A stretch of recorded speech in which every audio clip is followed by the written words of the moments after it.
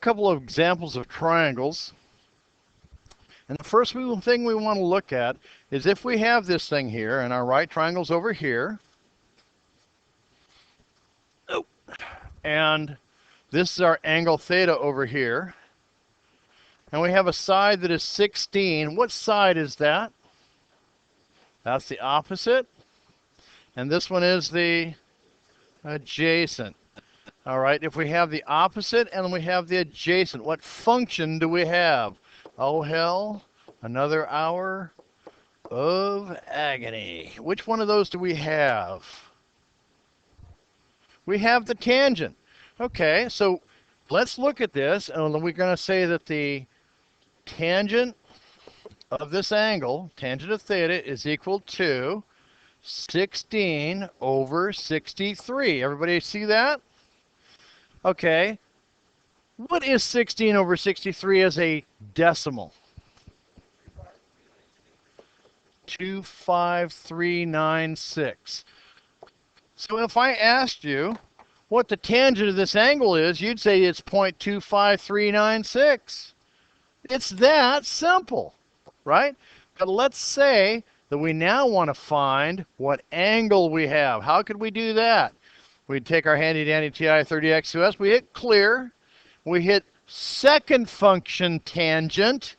Now we could plug this number in, or we can just put in 16 divided by 63. Yes, that's fine. Now hit enter, and it tells us that our angle is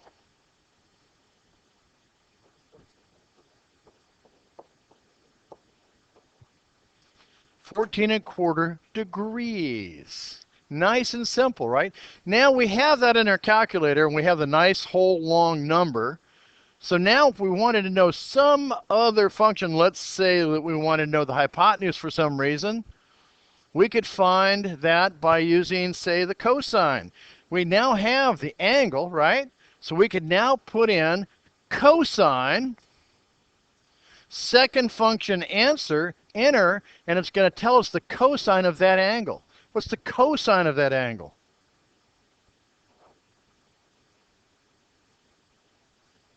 What's the cosine of that angle?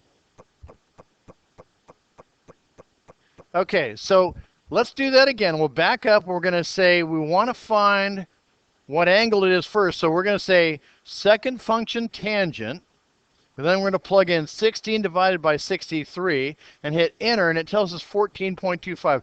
Now, to find the cosine of that, all we have to do is put in cosine, and anytime we want to plug in the last answer we found, you just go second function answer. So we're going to put in cosine, second function, answer, enter, and we now have the cosine, which is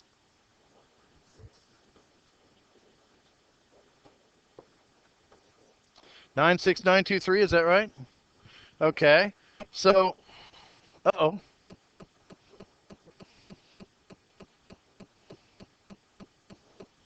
Okay, there we go. Is that the same one? That's a different one. Oh, that's lovely. Here we go. How did that happen?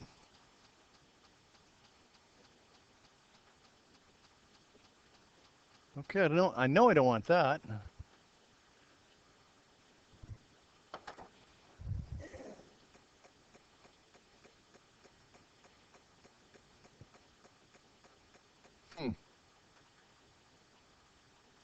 I may have just lost it all, but that's okay. Let's see. Well, let's see if I can get my little notes back. Nope, I don't think so. All right. So we had an angle that was 14.25 degrees, right? And it was 63 down here, and it was 14 over here. Is that right? 16. I'm sorry. Thank you. Okay.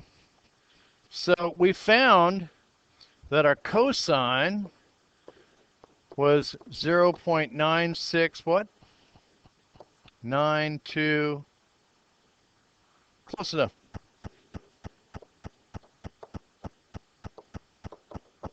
And it just keeps going, right? Now, the cosine is equal to what?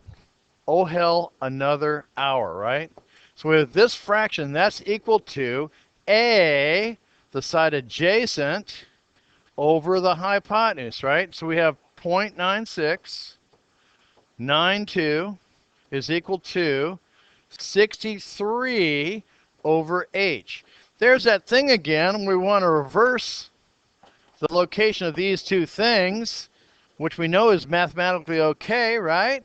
So we're going to write it h is equal to 63 divided by 0.9692. Now, what's in my calculator right now? Oh, shoot. I touched something in the wrong place. My life story.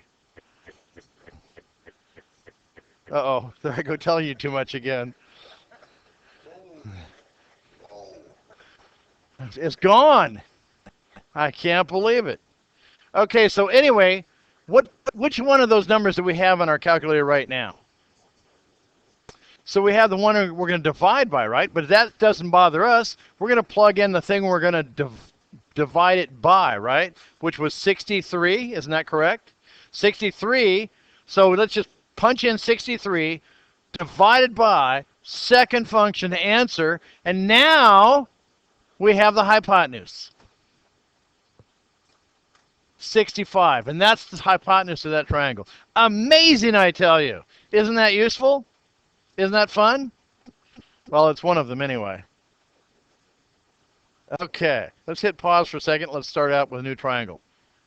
Okay, we're going to go back to our bending conduit again, one of the real-world applications of this triangle stuff.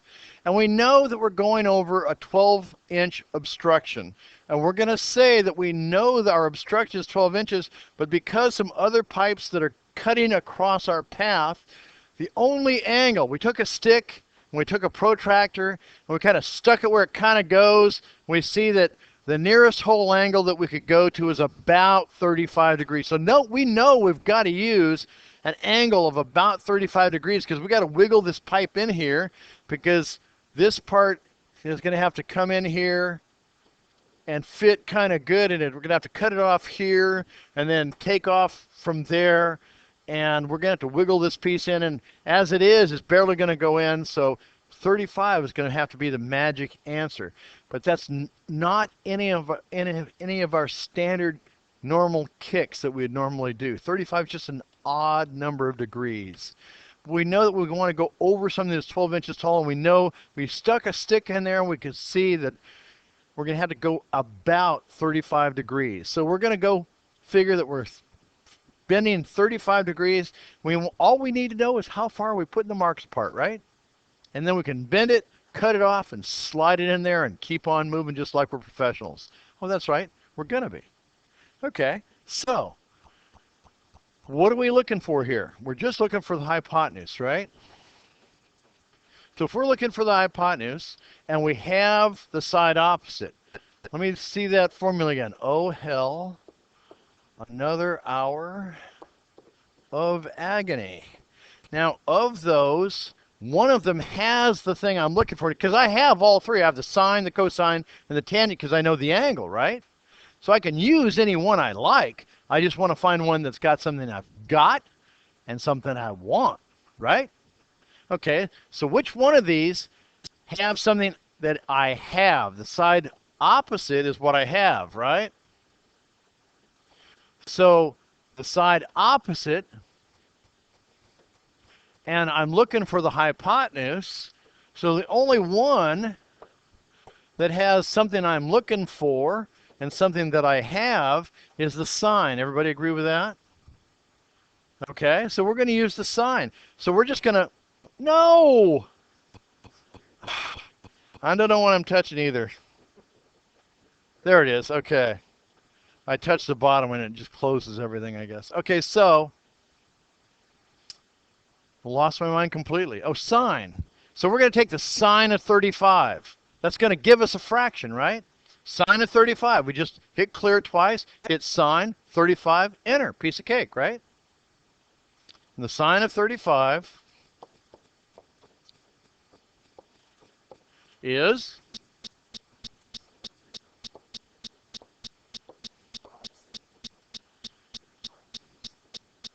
5735. Is that right? Okay, cool. I like that. 0.5735. Okay, cool. So now we have the sine. So if that's the sine, that's equal to what? Oh hell, right? That's my oh hell.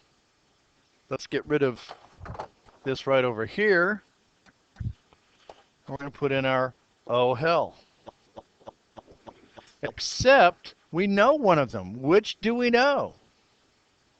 We know the opposite, the O. Okay, the opposite is 12 inches over hypotenuse. There's that thing again. We've got to exchange this number and this number. So we're going to exchange this number and the H,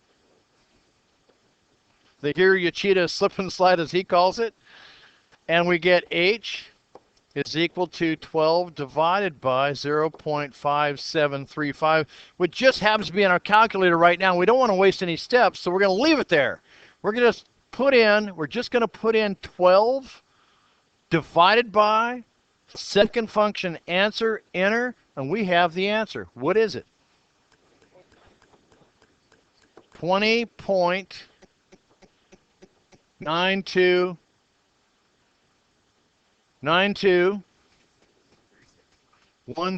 Thank you. Now I have a problem. 20 inches is on my tape measure. 0.9213 is not. What is 7/8? 7 times 0.125 is what? 0.875? So it's way off. 7/8 isn't even close, is it?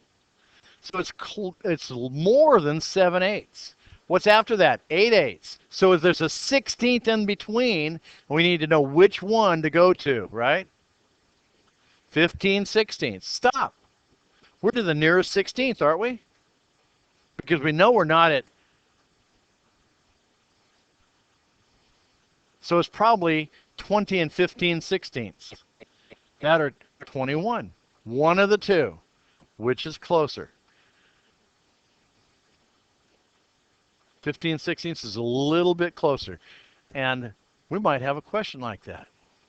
Ooh, wouldn't that be fun? Okay, let's pause for a second. We'll start with a new triangle.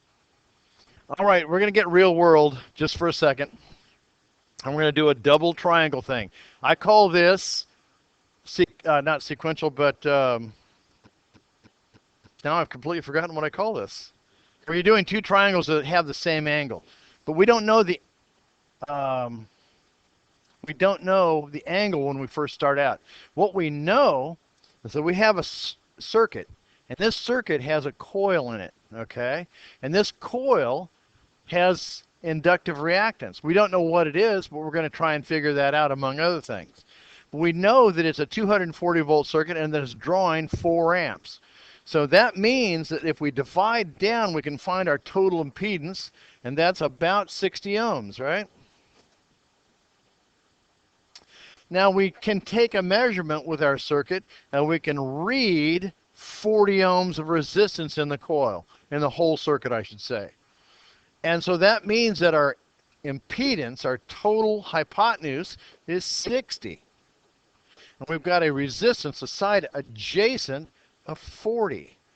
If we've got those two things, what function do we have?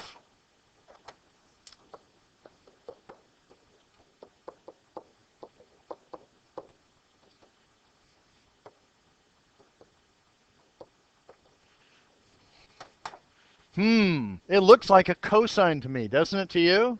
I think it is a cosine. Did I turn the recorder back on? Oh, good. I thought I had failed to do that. Okay, cool. So I have two sides, and that represents the cosine. But I got to remember that the 40 is the side adjacent. That's the part on top. So now I can say I want to know what angle that is, right? So let's say second function, cosine. In other words, tell me what angle has this cosine. 40 divided by 60, enter. Amazing, I tell you. 48 point,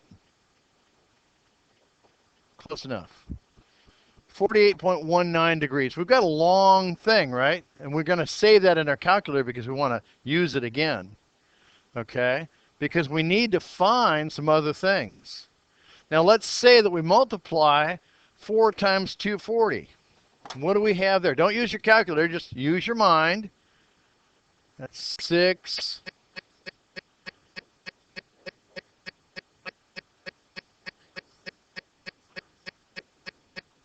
Is it 960?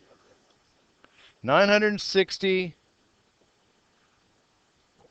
VAs, volt amps, not watts. Watts is true power. Now, if that's true, then that means my hypotenuse down here is 960 VAs. My angle down here is still 48.19, but you'll notice that we have a different scale. This is only 60, and this is 960. So we want to know the true power, which is down here. That's the side adjacent down here. Okay? We already have the cosine, right? The cosine was what? Or did we get it? We've got our angle there, so let's just put in cosine, second function answer, and that'll give us our cosine of the angle, right? 2/3. In other words, 4 divided by 6, 2/3. Amazing, I tell you. It's a simple fraction, right? The cosine is equal to what?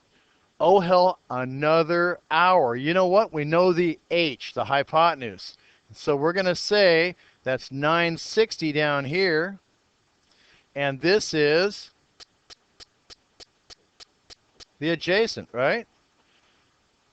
Well, now this time, we don't need to exchange these two. We just need to get the 960 from being divided on both sides. So if we multiplied both sides by 960,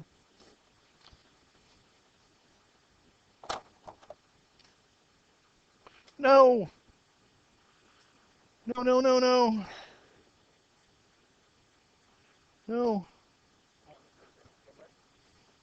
I wish I could go back. Not that one. That looks like it, I hope. Nope, that's a different one. Okay, where were we? We had 2 triangles. We had 40 here, and we had 60 here. We found that our angle was what? We have a second triangle that's bigger but similar because it's got the same angle. Simultaneous is the word I was looking for. Simultaneous triangles, because they've got the same angle.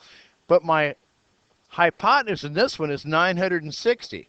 So I know the cosine of theta was 0.666, right?